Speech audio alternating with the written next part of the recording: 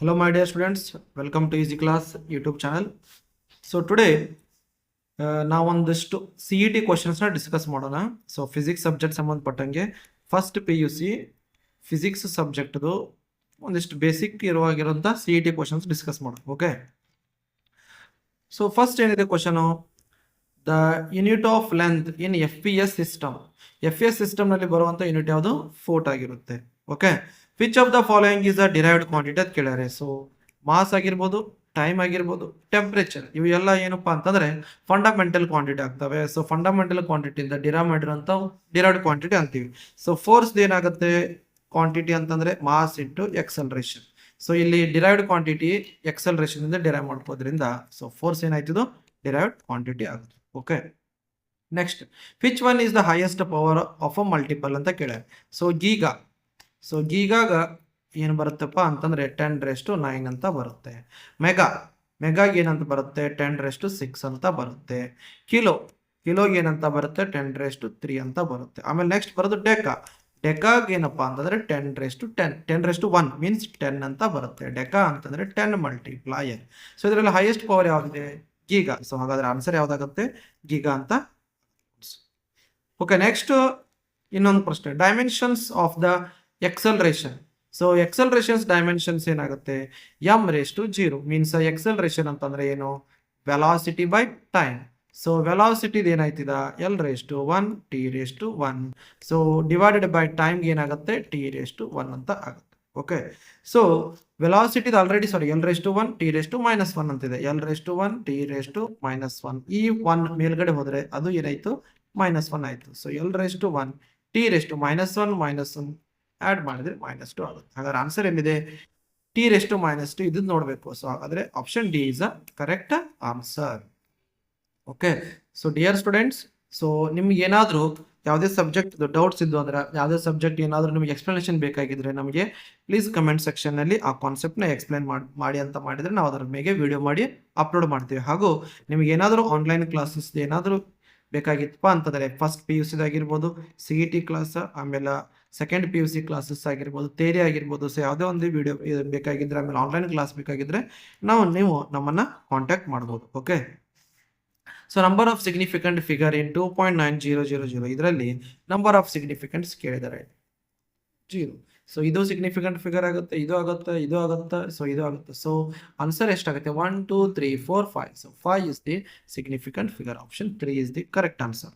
Okay, next, a light year is a unit of it is a unit of luminous intensity. But ಇಲ್ಲಿ luminous intensity ಇಲ್ಲ. So ಇಲ್ಲಿ intensity ಅಟ್ ಕೊಟ್ಟದ್ರಿಂದ so answer intensity ಆಗುತ್ತೆ. So physical example of non physical quantity ಅಂತ ಕೇಳ್ಯಾರ. So non physical quantity ಯಾವುದು? Given ಕೊಟ್ಟಿರುವಂತ ಆನ್ಸರ್ಸ್ ನಲ್ಲಿ ಬ್ಯೂಟಿ ಇದೆ, ಹೀಟ್ ಇದೆ, ಪವರ್ ಇದೆ, ವೆಲಾಸಿಟಿನ ಮೆಜರ್ ಮಾಡ್ಬೋದು, ಮೀಟರ್ ಪರ್ ಸೆಕೆಂಡ್ ನಲ್ಲಿ ಎಕ್ಸ್ಪ್ಲೇನ್ ಮಾಡ್ಬೋದು ನೀವು ಯೂನಿಟ್ ಆಗಿ. ಪವರ್ನ ಮೆಜರ್ ಮಾಡಿ ವ್ಯಾಟ್ ನಲ್ಲಿ ಹೇಳ್ಬೋದು. ಹೀಟ್ನ ಮೆಜರ್ ಮಾಡಿ ಹೀಟ್ನ ಎಕ್ಸ್ಪ್ರೆಸ್ ಮಾಡ್ಬೋದು ಜೂಲ್ ನಲ್ಲಿ. ಬಟ್ ಬ್ಯೂಟಿನ ಮೆಜರ್ ಮಾಡಿ ಎಕ್ಸ್ಪ್ರೆಸ್ ಮಾಡೋಕ್ಕಾಗಲ್ಲ. ಸೊ ಅದಕ್ಕಾಗಿ ಸೊ ಆನ್ಸರ್ ಯಾವ್ದಾಗತ್ತಪ್ಪ ಅಂತಂದ್ರೆ so beauty is the non physical quantity. Okay, next, a screw gauge is a least count. So ಈ ಕ್ವಶನ್ 8ನೇದು, a screw gauge has a least count 0.01 and it has 50 divisions. Then what is the pitch of the screw gauge ಅಂತ ಕೇಳ್ತಾ ಇದ್ದಾರೆ. pitch of the screw gauge ಅಂತ ಕೇಳಿದ್ದಾರೆ. Okay, so first least count formula ಏನಿದೆ? Least count formula pitch divided by number of division ಅಂತ ಬರುತ್ತೆ. Okay, ಈಗ least count given ಇದೆ, ನಂಬರ್ ಆಫ್ ಡಿವಿಷನ್ ಗಿವನ್ ಇದೆ. Least count, number of division given ಇದೆ. But ನಮಗೆ ಏನ್ ಬೇಕಾಗಿದೆ? ಪಿಚ್. ಸೊ ಹಾಗಾದ್ರೆ ಫಾರ್ಮುಲಾ ಏನಾಯ್ತು? Pitch equals to least count into number of division ತಗೋಬಹುದು. Okay, so number of division ತಗೊಂಡಾಗ ಈ ಫಾರ್ಮುಲಾ ಚೇಂಜ್ ಮಾಡ್ಕೋಬಹುದು. Okay, pitch equals to least count ಎಷ್ಟಿದೆ ಈಗ? 0.01. Number of divisions ಎಷ್ಟಿದಾವೆ?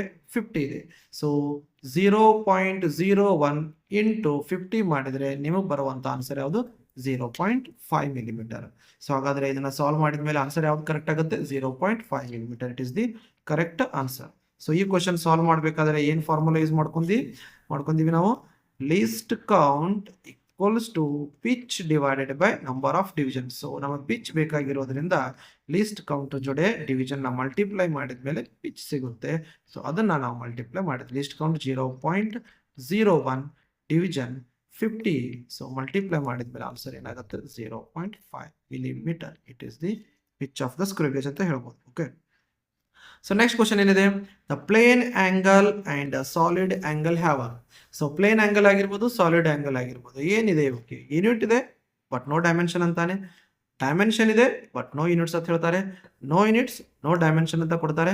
So but both units and dimension ಅಂತ ಹೇಳಿದ್ದಾರೆ. So plane angle ಅಂತಂದ್ರೆ so normal ಆಗಿ ನಾವು ಟ್ರಿಗ್ನೋಮೆಟ್ರಿ ಫಂಕ್ಷನ್ಸ್ ನಲ್ಲಿ ಯೂಸ್ ಮಾಡುವಂತ ಆಂಗಲ್ಸ್ ಯಾವುದು, ಟೀಟಾ. ಟೀಟಾಗೆ ಎಸ್ ಐ ಯೂನಿಟ್ ಇದೆ, ಏನಪ್ಪಾ ಅಂತಂದ್ರೆ ರೇಡಿಯನ್ ಅಂತ ಬರುತ್ತೆ. ಓಕೆ, ಹಾಗೆ ಸಾಲಿಡ್ ಆಂಗಲ್ಗೂ ಸ್ಟಿರೇಡಿಯನ್ಸ್ ಅಂತ ಬರುತ್ತೆ. ಎಸ್ ಐ ಯೂನಿಟ್ ಯಾವುದು, ಸ್ಟಿರೇಡಿಯನ್ಸ್. ಸೊ ಹಾಗಾದ್ರೆ ಇವು ಎರಡಕ್ಕೂ ಯೂನಿಟ್ ಇದೆ, ಯಾವುದಕ್ಕೂ ಪ್ಲೇನ್ ಆಂಗಲ್ ಆಗಿರ್ಬೋದು, solid angle, but no dimensional formula.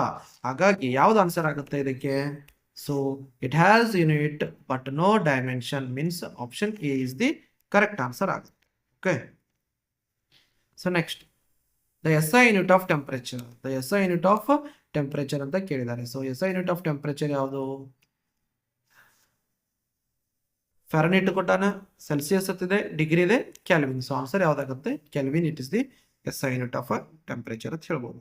The number of fundamental units 7 ಅಂತ, 3 ಇದೆ, 5, 9. ಸೊ ಆನ್ಸರ್ ಯಾವ್ದಾಗುತ್ತೆ, 7 is the correct fundamental units ಅಂತ ಹೇಳ್ಬೋದು. Okay, the difference between actual value and measured value. Actual value minus measured value ನೀವು difference ತೆಗೆದ್ರೆ ನಿಮಗೆ ಸಿಗೋದು ಏನಪ್ಪಾ ಅಂತಂದ್ರೆ ಎರರ್ ಅಂತ ಬರುತ್ತೆ. ಹೇಳಿದ್ರೆ ಆನ್ಸರ್ ಯಾವುದು, ಎರರ್. ಲ್ಯಾಬ್ ನಲ್ಲಿ ಹೇಳ್ತಾರೆ, ಆಲ್ಮೋಸ್ಟ್ ಲ್ಯಾಬ್ ನಲ್ಲಿ ಸಾಲ್ವ್ ಮಾಡ್ತೇವೆ ನಾವು. Next, the path covered by the projectile is called. The projectile question ಬಂದಿದೆ, the path of a projectile ಅಂತ ಹೇಳ್ಬೋದು. Path of a projectile, the path of a projectile it is called trajectory. ಏನಂತ ಹೇಳ್ತಾರೆ ಇದಕ್ಕೆ, trajectory. Answer ಯಾವುದು, so option B ಆಗಿ correct ಆಗುತ್ತೆ answer. Okay, next,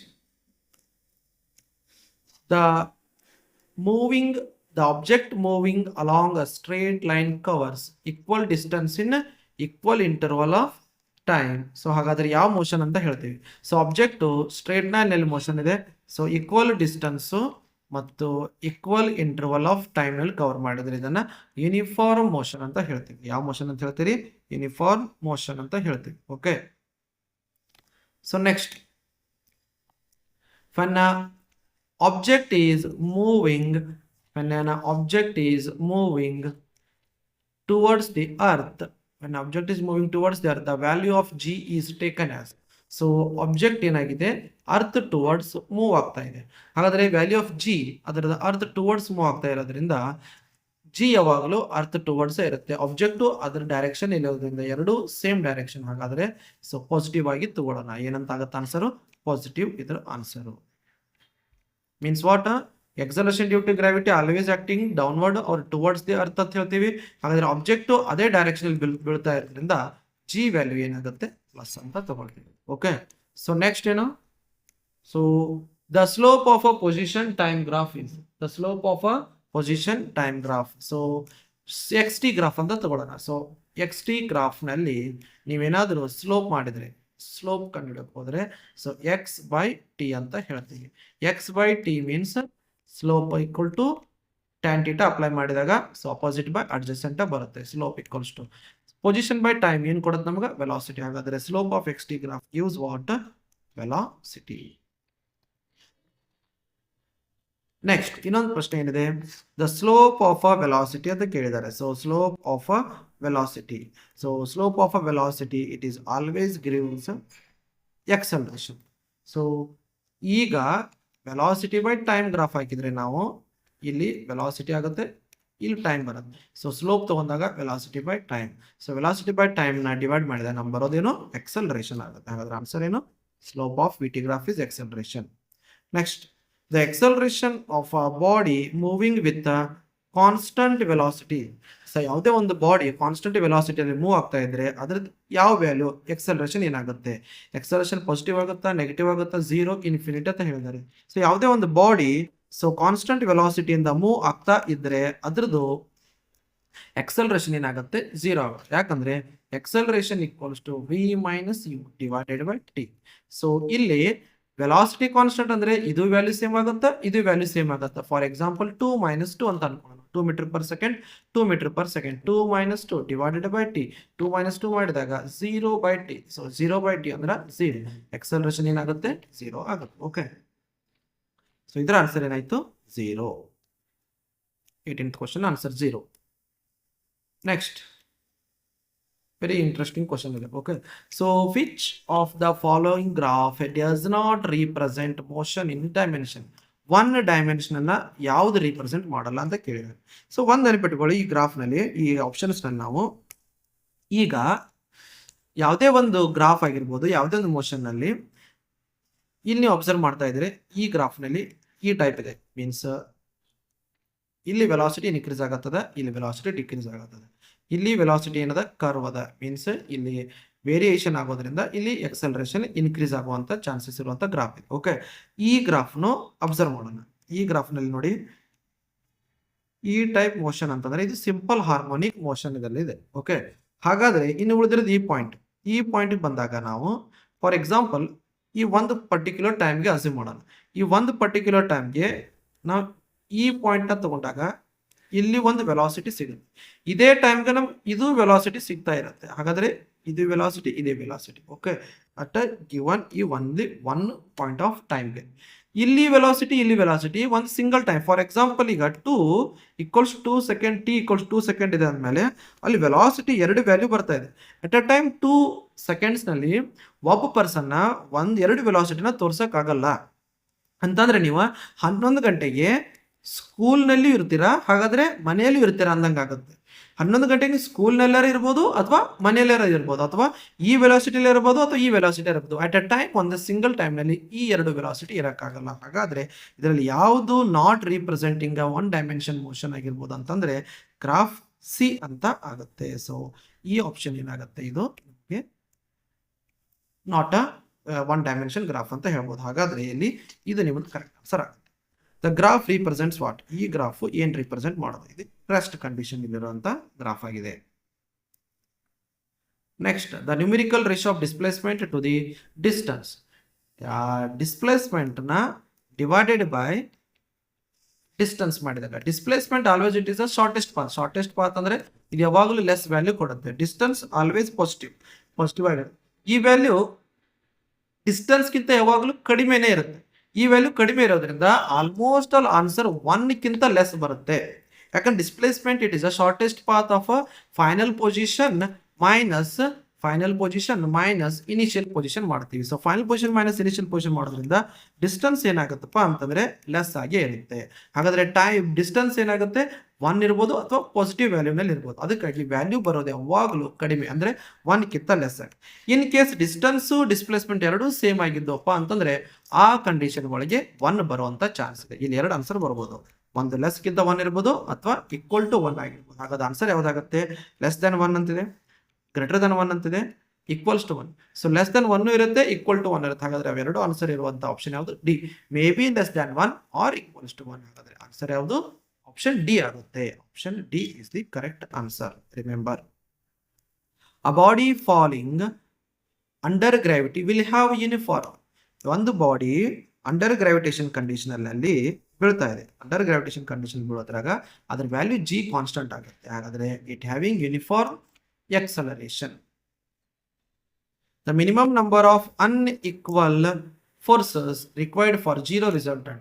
So minimum number of unequal forces on a zero resultant. ಒಂದು body ಮೇಲೆ resultant force 0 ಆಗಬೇಕಾದ್ರೆ ಎಷ್ಟು ಅನ್ಇಕ್ವಲ್ ಫೋರ್ಸ್ಗಳು ಬೇಕಾಗ್ತವೆ ಅಂತ ಕೇಳಿದ್ದಾರೆ. ಸೊ ಇಲ್ಲಿ ಅಟ್ಲೀಸ್ಟ್ 3 ಅನ್ಇಕ್ವಲ್ ಫೋರ್ಸಸ್ ಬೇಕಾಗುತ್ತೆ. ಎಷ್ಟು? 3 unequal force according to law of triangle. So triangle ನಲ್ಲಿ ನೀವು ನೋಡಿರ್ಬೋದು. ಸೊ ಈ ಟೈಪ್ ಆಫ್ ಇದ್ದಾಗ, ಸೊ ಇದರಲ್ಲಿ ಬರುವಂತಹ ಇವೆರಡು ಥರದ್ದು ಎಷ್ಟಿದೆ ಕ್ವಾಂಟಿಟಿ? 3 ಇದೆ. Once A vector B vector C means 3 unequal quantity ಇದ್ದಾಗ ಮಾತ್ರ ರಿಸಲ್ಟೆಂಟ್ ಫೋರ್ಸ್ ಏನಾಗುತ್ತೆ? 0 ಆಗುತ್ತೆ. ಹಾಗಾದ್ರೆ ಆನ್ಸರ್ ಯಾವುದು? 3 ಆಗುತ್ತೆ. 24 ಸೇಮ್ ಇದೇ ಕ್ವಶನ್ ಇದನ್ನ ಅಪ್ಲೈ ಮಾಡಿ ಕೇಳಿದ್ದಾರೆ ನೋಡಿ. ಇಲ್ಲಿ 8 ನ್ಯೂಟನ್ ಇದೆ, 12 ನ್ಯೂಟನ್ ಇದೆ, 120 ಡಿಗ್ರಿ. ಹಾಗಾದ್ರೆ ಥರ್ಡ್ ಫೋರ್ಸ್ ಅಂದ್ರೆ ಇಲ್ಲಿ ಆಲ್ರೆಡಿ 8 ನ್ಯೂಟನ್ ಒಂದು ಕೊಟ್ಟಾರೆ, 12 ನ್ಯೂಟನ್ ಅಂತಂದ ಒಂದು ಕೊಟ್ಟಿದ್ದಾರೆ. ಹಾಗಾದ್ರೆ ಥರ್ಡ್ ಫೋರ್ಸ್ ಅಂತಂದ್ರೆ ಥರ್ಡ್ ಫೋರ್ಸ್ ಅಂದರೆ ಅದು ಗೊತ್ತಿಲ್ಲ ಎಕ್ಸ್ ಅಂತ ಇಟ್ಕೊಳ್ಳೋಣ. ಹಾಗಾದ್ರೆ third force required to keep the body equilibrium. Body equilibrium means what? 0. ಹಾಗಾದ್ರೆ ಇಲ್ಲಿ 0 ಕೇಳಿದಾಗ ಎಷ್ಟು ಫೋರ್ಸ್ ಇದೆ? 1 2 3. ಹಾಗಾದ್ರೆ ಮಿನಿಮಮ್ ಫೋರ್ಸ್ ಎಷ್ಟು? ಇದು 3 ಮಿನಿಮಮ್ ಇದ್ದಾಗ 0 ಆಗೋ ಚಾನ್ಸ್ ಇದೆ. ಹಾಗಾದ್ರೆ ಇದಕ್ಕೂ ಆನ್ಸರ್ 3. ಈಗ ಈ ಕ್ವಶನ್ ಇಂದ ನೀವು ಸಾಲ್ವ್ ಮಾಡ್ಕೋಬಹುದು. ಅಂದ್ರೆ ಈಗ ಈ ಕ್ವಶನ್ ಬರೋಣ. ಈ ಕ್ವಶನ್ ಏನಿದೆ? 24th question. ಥರ್ಡ್ ಫೋರ್ಸ್ ಯಾವ್ದಂತ ಕೇಳ್ತಾರೆ. ಥರ್ಡ್ ಫೋರ್ಸ್ ಯಾವ್ದಂತ ಕೇಳಿದಾಗ ನಾವು ಲಾ ಆಫ್ ಪ್ಯಾರಲೋಗ್ರಾಮ್ ಅಪ್ಲೈ ಮಾಡೋಣ. So law of parallelogram apply ಮಾಡಿದಾಗ ಇದು 8 ಸ್ಕ್ವೇರ್ ಆಗುತ್ತೆ, ಇದು 12 ಸ್ಕ್ವೇರ್ ಆಗುತ್ತೆ. ಆಮೇಲೆ ನೀವು law of parallelogram formula use ಮಾಡಿದ್ರೆ ಬರುತ್ತೆ. ಏನಪ್ಪಾ ಅಂತಂದರೆ 8 square plus 12 square plus 2 into 8 into 12 into cos 120 ತಗೋತೀನಿ. ಯಾಕಂದರೆ P square plus Q square plus 2pq cos theta. Okay, so ಈ ಫಾರ್ಮುಲಾ ಅಪ್ಲೈ ಮಾಡಿದಾಗ ನಮಗೆ ಸಿಂಪ್ಲಿಫೈ ಮಾಡ್ಬೋದು. ಓಕೆ, ಸಿಂಪ್ಲಿಫೈ ಮಾಡಿದಾಗ ಫಾರ್ ಎಕ್ಸಾಂಪಲ್ ಈಗ ಇದನ್ನ ಕೆಳಗೆ ಸಾಲ್ವ್ ಮಾಡ್ತೀನಿ ನೋಡಿ. 8 square plus 12 square plus 2 into 8 into 12 into cos 120. So ಇದನ್ನು ಸಾಲ್ವ್ ಮಾಡಿದಾಗ 8 square plus 12 square cos 120 minus 1/2 ಬರುತ್ತೆ. ಸೊ ಮೈನಸ್ 1/2 ಅಂದರೆ ಇದು ಪ್ಲಸ್ ಮೈನಸ್ ಆಯಿತು. 1/2 ಅಂತಂದರೆ ಈ 2 ಕ್ಯಾನ್ಸಲ್ ಆಗುತ್ತೆ. ಉಳಿತೇನೀಗ 8 ಇಂಟು 12 ಉಳಿತದೆ. ಓಕೆ, ಸೊ 8 ಇಂಟು 12 ಉಳಿದಾಗ 8 ಎಷ್ಟಾಗುತ್ತೆ? 64. ಓಕೆ, ಪ್ಲಸ್ 12 ಸ್ಕ್ವೇರ್ ಅಂತಂದರೆ 144 ಮೈನಸ್ 96. ಇಷ್ಟು ಮಾಡಿದಾಗ ಏನು ಬರುತ್ತಪ್ಪ ಅಂದರೆ 112 ಬರುತ್ತೆ. ಸೊ 112ನ ನಾವು ಸಿಂಪ್ಲಿಫೈ ಮಾಡಿದಾಗ ಎಷ್ಟು ಬರುತ್ತೆ? 4√7 ಅಂತ ಬರುತ್ತೆ. ಹಾಗಾದರೆ ಈ ಕ್ವಶನ್ ಆನ್ಸರ್ ಎಷ್ಟಾಗುತ್ತೆ? ಈಗ ಈ ಕ್ವಶನ್ ಅಲ್ಲಿ ಕೊಟ್ಟಿರುವಂಥ ಥರ್ಡ್ ಫೋರ್ಸ್, ಅದರ ಥರ್ಡ್ ಫೋರ್ಸ್ ಆನ್ಸರ್ 4√7 ಅಂತ ಆಗುತ್ತೆ. Okay, name the quantity which is vector. Density it is scalar, speed also scalar, charge is also scalar, force is a vector quantity. It depends upon what? Direction. Example of scalar quantity. Displacement scalar ಅಲ್ಲ, vector ಆಗುತ್ತೆ. Force vector ಆಗುತ್ತೆ. Torque vector ಆಗುತ್ತೆ. ಹಾಗಾದರೆ speed it is a scalar quantity ಆಗುತ್ತೆ. The trajectory of projectile it is always what? Parabola. Athlete must shot put at a maximum distance. So maximum distance ಹೋಗ್ಬೇಕಾಗಿತ್ತಂದ್ರೆ range of projectile maximum ಆಗ್ಬೇಕಂದ್ರೆ ಎಷ್ಟು ಆ್ಯಂಗಲ್ನಲ್ಲಿ throw ಮಾಡಬೇಕು? So ಅವನು 45 ಡಿಗ್ರಿನಲ್ಲಿ throw ಮಾಡಿದ್ರೆ maximum ಆಗುತ್ತೆ. ಸೊ ಫಾರ್ಮುಲಾ ನೀವು ಅಪ್ಲೈ ಮಾಡಿದ್ರೆ ಏನಿದೆ? ಆರ್ ಈಕ್ವಲ್ಸ್ ಟು ಫಾರ್ಮುಲಾದಲ್ಲಿ V0² ಸೈನ್ 2θ ಅಂತಿದೆ ಡಿವೈಡೆಡ್ ಬೈ ಜಿ. ಸೊ ನೀವೇನಾದರೂ 45 ಡಿಗ್ರಿ ಪುಟ್ ಮಾಡಿದ್ರೆ 2 ಇಂಟು 45 ಎಷ್ಟಾಗುತ್ತೆ? 90 ಡಿಗ್ರಿ. ಅವಾಗ ಸೈನ್ 90 ಎಷ್ಟಾಗುತ್ತೆ? 1 ಡಿಗ್ರಿ 1 ಬರುತ್ತೆ. So R equals to V0² maximum 1 value divide by G. ಅದಕ್ಕಾಗಿ ಆರ್ ವ್ಯಾಲ್ಯೂ ಬರಬೇಕು, ಮ್ಯಾಕ್ಸಿಮಮ್ ಬರಬೇಕಂದ್ರೆ θ 45 ತಗೊಂಡಾಗ ಫಾರ್ಮುಲಾನಲ್ಲಿ ಅದು ಮ್ಯಾಕ್ಸಿಮಮ್ ವ್ಯಾಲ್ಯೂನ ಕೊಡುತ್ತೆ. ಓಕೆ, ನೆಕ್ಸ್ಟ್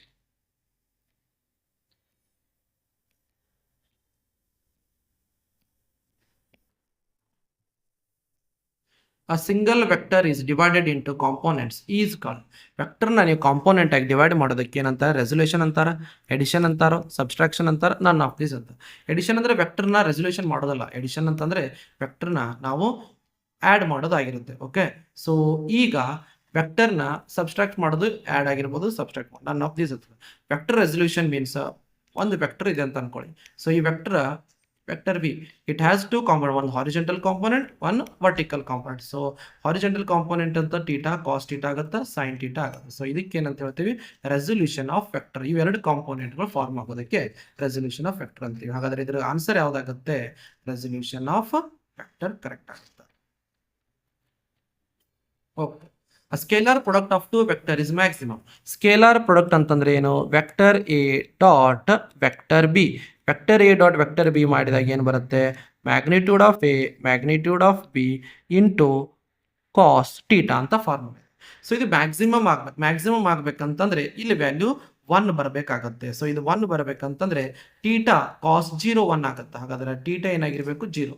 θ 0 ಅಂತಂದ್ರೆ ಎರಡು ವೆಕ್ಟರ್ಸ್ ಪ್ಯಾರಲಲ್ ಇರಬೇಕು, ಎರಡು ವೆಕ್ಟರ್ಸ್ ಆಂಟಿ ಪ್ಯಾರಲಲ್ ಇರಬೇಕು, ಎರಡು ವೆಕ್ಟರ್ಸ್ ಪರ್ಪೆಂಡಿಕ್ಯುಲರ್ ಆಗಿರಬೇಕು ಅಂತ ಕೇಳ್ತಾ ಇದ್ದಾರೆ. ಎರಡು ವೆಕ್ಟರ್ಸ್ ಆಂಟಿ ಪ್ಯಾರಲಲ್ ಇದ್ದಾಗ θ ಎಷ್ಟಾಗುತ್ತೆ? 180 ಡಿಗ್ರಿ. ಎರಡು ವೆಕ್ಟರ್ಸ್ ಪ್ಯಾರಲ್ ಇದ್ದಾಗ ಟೀಟಾ 0 ಆಗುತ್ತೆ, ಟೀಟಾ 90 ಆಗುತ್ತೆ. ಬಟ್ ನಮಗೆ ಇಲ್ಲಿ ಕಾಸ್ 0 ಮ್ಯಾಕ್ಸಿಮಮ್ ಬರಬೇಕಾಗಿರೋ ಅಂದ್ರೆ ಟೀಟಾ 0 ಇದ್ರೆ ಆನ್ಸರ್ ಕರೆಕ್ಟ್. ಟೀಟಾ 0 ಅಂತಂದ್ರೆ ಏನಾಗಿರ್ಬೇಕು, ಅವು ಪ್ಯಾರಲಲ್ ಕಂಡೀಷನ್ ಅಲ್ಲಿ ಇರಬೇಕು. ಹಾಗಾದ್ರೆ ಆನ್ಸರ್ ಯಾವ್ದಾಗುತ್ತೆ, scalar product of two vectors cos theta ನೀವು ನೆನಪಿಟ್ಕೊಳ್ಬೇಕು. ಸೊ ಹಾಗಾದ್ರೆ ಯಾವ್ದಾಗತ್ತೆ ಆನ್ಸರ್ಪಾ ಅಂತಂದ್ರೆ ಎರಡು ಪ್ಯಾರಲ್ ಕಂಡೀಷನ್ ಅಲ್ಲಿ ಇದ್ರೆ ಕರೆಕ್ಟ್ ಆನ್ಸರ್. ಅವಾಗ ಟೀಟಾ ಏನಾಯ್ತು 0, ಕಾಸ್ 0 1 ಆಗಿ ಮ್ಯಾಕ್ಸಿಮಮ್ ಆಗುತ್ತೆ. Next, a vector multiplied by a positive integer, the direction of a resultant vector. ಯಾವುದೇ ಒಂದು ಪಾಸಿಟಿವ್ ಇಂಟಿಜರ್ ನಿಂದ ನಾವು ವೆಕ್ಟರ್ಗೆ ಮಲ್ಟಿಪ್ಲೈ ಮಾಡಿದಾಗ so same as a initial vector ಅಂತ ಉಳಿತದೆ, ಯಾವುದೇ ರೀತಿ ಚೇಂಜಸ್ ಆಗಲ್ಲ ನೆನ್ಪಿಟ್ಕೊಳ್ಳಿ. ಓಕೆ, ಮ್ಯಾಗ್ನಿಟ್ಯೂಡ್ ಮಲ್ಟಿಪ್ಲೈ ಮಾಡ್ತಾ ಇದ್ದೀವಿ, ಮತ್ತೇನು ಚೇಂಜ್ ಆಗಲ್ಲ. Okay, correct relation between linear velocity ಅಂದ್ರೆ ವಿ, ಆಂಗ್ಯುಲರ್ ವೆಲಾಸಿಟಿ ಅಂದ್ರೆ ಒಮೆಗಾ, ಇವೆರಡಕ್ಕೂ ಇರುವಂತ correct velocity V equals to R omega. Answer D is correct answer. Number of revolutions made in 1 second. Number of revolutions made in 1 second by an object moving uniform circular motion. Number of revolutions made in 1 second ಅಂದ್ರೆ time, 1 by time, 1 by t ಅಂತಂದ್ರೆ per second ಆಯ್ತು, revolution per second. ಹಾಗಾದ್ರೆ ಅದು ಏನ್ represent ಮಾಡುತ್ತಾ, per time ಇದ್ದಾಗ frequency represent ಮಾಡುತ್ತೆ. ಹಾಗಾದ್ರೆ ಆನ್ಸರ್ ಯಾವುದು, ಫ್ರೀಕ್ವೆನ್ಸಿ.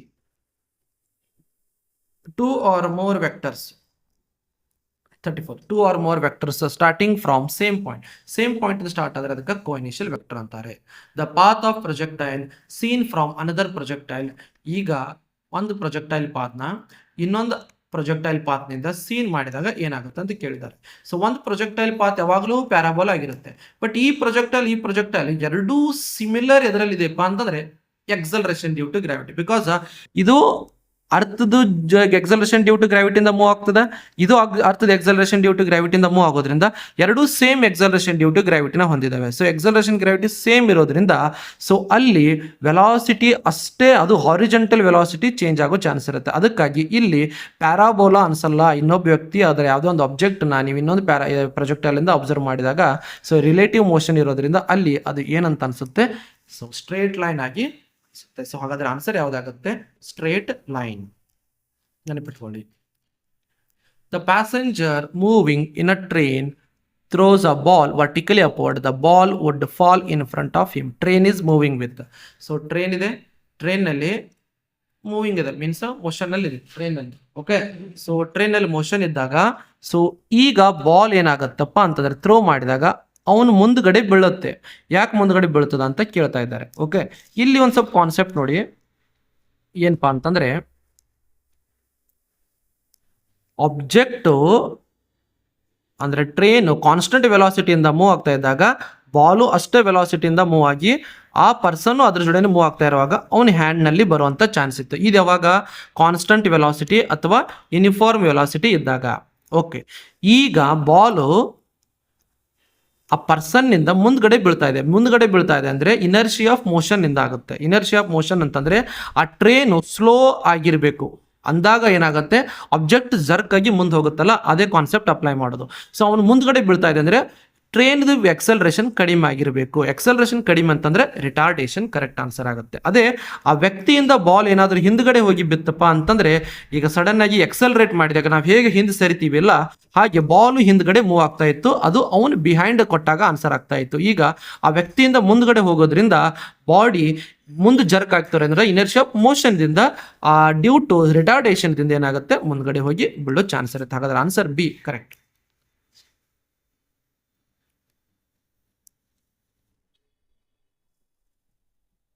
ಓಕೆ, ಸೊ 37 ನೋಡೋಣ. P plus Q, Q plus P, this shows that addition of vector. Addition of vector ಏನಂತ ರಿಪ್ರೆಸೆಂಟ್ ಮಾಡುತ್ತೆ ಅಂತ ಕೇಳ್ತಾ ಇದ್ದಾರೆ. ಸೊ ಇದು addition of vector ಕಮ್ಯುಟೇಟಿವ್ ಲಾನ ಪ್ರೂವ್ ಮಾಡುತ್ತೆ. P plus Q equal to Q plus P ಅಂತಂದ್ರೆ commutative law. Dot product I dot I, J dot J, K dot K. So ಇದೇಗ್ರೆ ನಿಮ್ಗೆ ಹೇಳಿರೋ ಹಾಗೆ ಡಾಟ್ ಪ್ರಾಡಕ್ಟ್ ಅಂತಂದ್ರೆ ಏನು, I dot I equals to cos theta ಅಂತ ಬರುತ್ತೆ. So ಇವೆರಡು I cap into I cap ಅಂತ ಹೇಳೋಣ. ಸೊ ಐ ಡಾಟ್ ಐ ಅಂತಂದ್ರೆ ಎರಡು ಸೇಮ್ ನಲ್ಲಿ ಇದೆ, ಮೀನ್ಸ್ ಎಕ್ಸ್ ಆಕ್ಸಿಸ್ ಮೇಲೆ ಎರಡು ವೆಕ್ಟರ್ಸ್ ಇರೋದ್ರಿಂದ ಇದ್ರ ಟೀಟಾ ಎಷ್ಟಾಯ್ತು 0. ಟೀಟಾ 0 ಆಯ್ತಂದ್ರೆ ಕಾಸ್ 0 ಏನಾಗುತ್ತೆ 1. ಹಾಗಾದ್ರೆ ಇವೆಲ್ಲ ಒಂದ್ರ ಮೇಲೆ ಒಂದು ಓವರ್ಲ್ಯಾಪ್ ಆಗಿರೋದ್ರಿಂದ ಟೀಟಾ 0 ಆಗುತ್ತಾ. ಸೊ ಟೀಟಾ 0 ಆಗೋದ್ರಿಂದ ಅಲ್ಲಿ ಕಾಸ್ 0 1 ಆಗುತ್ತೆ. ಸೊ ಕಾಸ್ 0 1 ಅಂತಂದ್ರೆ ಆನ್ಸರ್ ಎ ಆಗುತ್ತೆ. A point on the rim, ಇಲ್ಲೊಂದು ಕ್ವಶನ್ ಕೊಟ್ಟಿದ್ದಾರೆ. Okay, a point on the rim 3 meter diameter has a linear velocity 18 meter per second. The angular velocity ಅಂತ ಕೇಳಿದ್ದಾರೆ. ಸೊ ಡಯಾಮೀಟರ್ ಎಷ್ಟಿದೆ ಅದ್ರದ್ದು 3 ಮೀಟರ್ ಇದೆ, ಅದರದ್ದು ಲೀನಿಯರ್ ವೆಲಾಸಿಟಿ ಎಷ್ಟಿದೆ 18 ಮೀಟರ್ ಪರ್ ಸೆಕೆಂಡ್ ಇದೆ. ಓಕೆ, ಹಾಗಾದ್ರೆ ಅದರದ್ದು ಆಂಗ್ಯುಲರ್ ವೆಲಾಸಿಟಿ ಅಂತಂದ್ರೆ ಒಮೆಗಾ. ಸೊ ನಾ ಇದೇ ಹೇಳಿದ ಹಾಗೆ ಒಂದು ಫಾರ್ಮುಲಾ ಇದೆ, ಯಾವುದು V equals to R omega. But ಇಲ್ಲಿ ಒಮೆಗಾ ಬೇಕಂತಂದ್ರೆ ಏನಾಯ್ತು ಫಾರ್ಮುಲಾ ವಿ ಬೈ ಆರ್ ಆಯ್ತು. ಬಟ್ ಇಲ್ಲಿ ವಿ ಗೊತ್ತಿದೆ ನಮಗೆ ಎಷ್ಟಿದೆ 18 ಅಂತ, ಬಟ್ ಆರ್ ರೇಡಿಯಸ್ ಅದು ಎದರಲ್ಲಿದೆ ಇಲ್ಲಿ 3 ಮೀಟರ್ ನಲ್ಲಿ ಇದೆ. 3 ಮೀಟರ್ ಅಂತಂದ್ರೆ ಎಷ್ಟಾಯ್ತದ 1.5, ಅದನ್ನು ಹಾಫ್ ಮಾಡ್ಕೊಳ್ಳೋಣ. ಹಾಗಾದ್ರೆ omega equals to 18 divided by 1.5. Simplify ಮಾಡಿದ್ರೆ ಎಷ್ಟಾಗುತ್ತೆ 18 ಅಂತಂದ್ರೆ 180/15 ಮಾಡ್ಕೊಳ್ಳೋಣ. 180/15 ಮಾಡ್ಕೊಂಡಾಗ ಕ್ಯಾನ್ಸಲ್ ಮಾಡಿದ್ರೆ ಆಯ್ತು. 180 ಡಿವೈಡೆಡ್ ಬೈ 15, ಒಂದು ಪಾಯಿಂಟ್ ನ ಶಿಫ್ಟ್ ಮಾಡಿರ್ತೀವಲ್ಲ ಅದಕ್ಕೆ 180 ತಗೋತೀನಿ. 15 1 ಝಾ 15, 3 ಉಳಿತು, 15 2 ಝಾ 30 ಅಂತಂದ್ರೆ ಆನ್ಸರ್ 12 ರೇಡಿಯನ್ ಪರ್ ಸೆಕೆಂಡ್ ಆಗುತ್ತೆ. ಸೊ ಈ ಆನ್ಸರ್ ಎಷ್ಟಾಯ್ತು 13 to 12 ರೇಡಿಯನ್ ಪರ್ ಸೆಕೆಂಡ್ ಬರುತ್ತೆ. ಈ ಫಾರ್ಮುಲಾನ ಯೂಸ್ ಮಾಡ್ಕೊಳ್ಳಿ. Okay,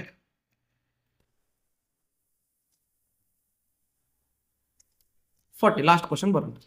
car and scooter, car ಇದೆ ಆಮೇಲೆ scooter travelling with the same linear velocity. Velocity ಎರಡು ಥರದ್ದು ಏನಿದೆ ಸೇಮ್ ಇದೆ. If the radius of the wheel of the car, radius of the wheel of the car, it is twice that of the scooter. Scooter radius ನ RS ಅಂತ ತಗೊಳ್ತೇನೆ. Okay, what is the ratio of angular velocity? Okay, ratio ಕೇಳಿದ್ದಾರೆ. ಈಗ ratio of angular velocity of V C equals to ನಾವೇನಂತ ಬರಿಬೋದು R omega. R omega ಅಂತಂದ್ರೆ R C omega C ಅಂತ ಬರಿತೀನಿ. ವಿ ಎಸ್ ಅಂತಂದ್ರೆ scooter velocity R S omega S ಅಂತ ಬರಿತೀನಿ.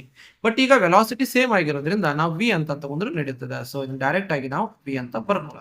ಈಗ ರೇಷಿಯೋ ಯಾವ್ದು ಕೇಳ್ತಾ ಇದ್ದಾರೆ ಅವ್ರಾಗ, ratio of R C divided by omega. Ratio of what angular velocity ಕೇಳ್ತಾರೆ, means omega C divided by omega S. Omega C omega S ಅಂತಂದ್ರೆ ಇದು ಫಾರ್ಮುಲಾ ಏನಾಯ್ತು V divided by R C ಆಗುತ್ತೆ. ಇದು ಒಮೆಗಾ ಎಸ್ ತಗೊಂಡಾಗ V divide by R S ಅಂತಂದ್ರೆ ಇದನ್ನ ಇಲ್ಲಿ ಶಿಫ್ಟ್ ಮಾಡ್ಕೊಂಡೆ, ಇದನ್ನ ಇಲ್ಲಿ ಶಿಫ್ಟ್ ಮಾಡ. ಈಗ ವಿ ವಿ ಕ್ಯಾನ್ಸಲ್ ಆಯ್ತು. ಓಕೆ, ವಿ ವಿ ಕ್ಯಾನ್ಸಲ್ ಆದಾಗ ಉಳಿತದ ಏನೀಗ ಜಸ್ಟ್ 1 ಬೈ ಆರ್ ಸಿ.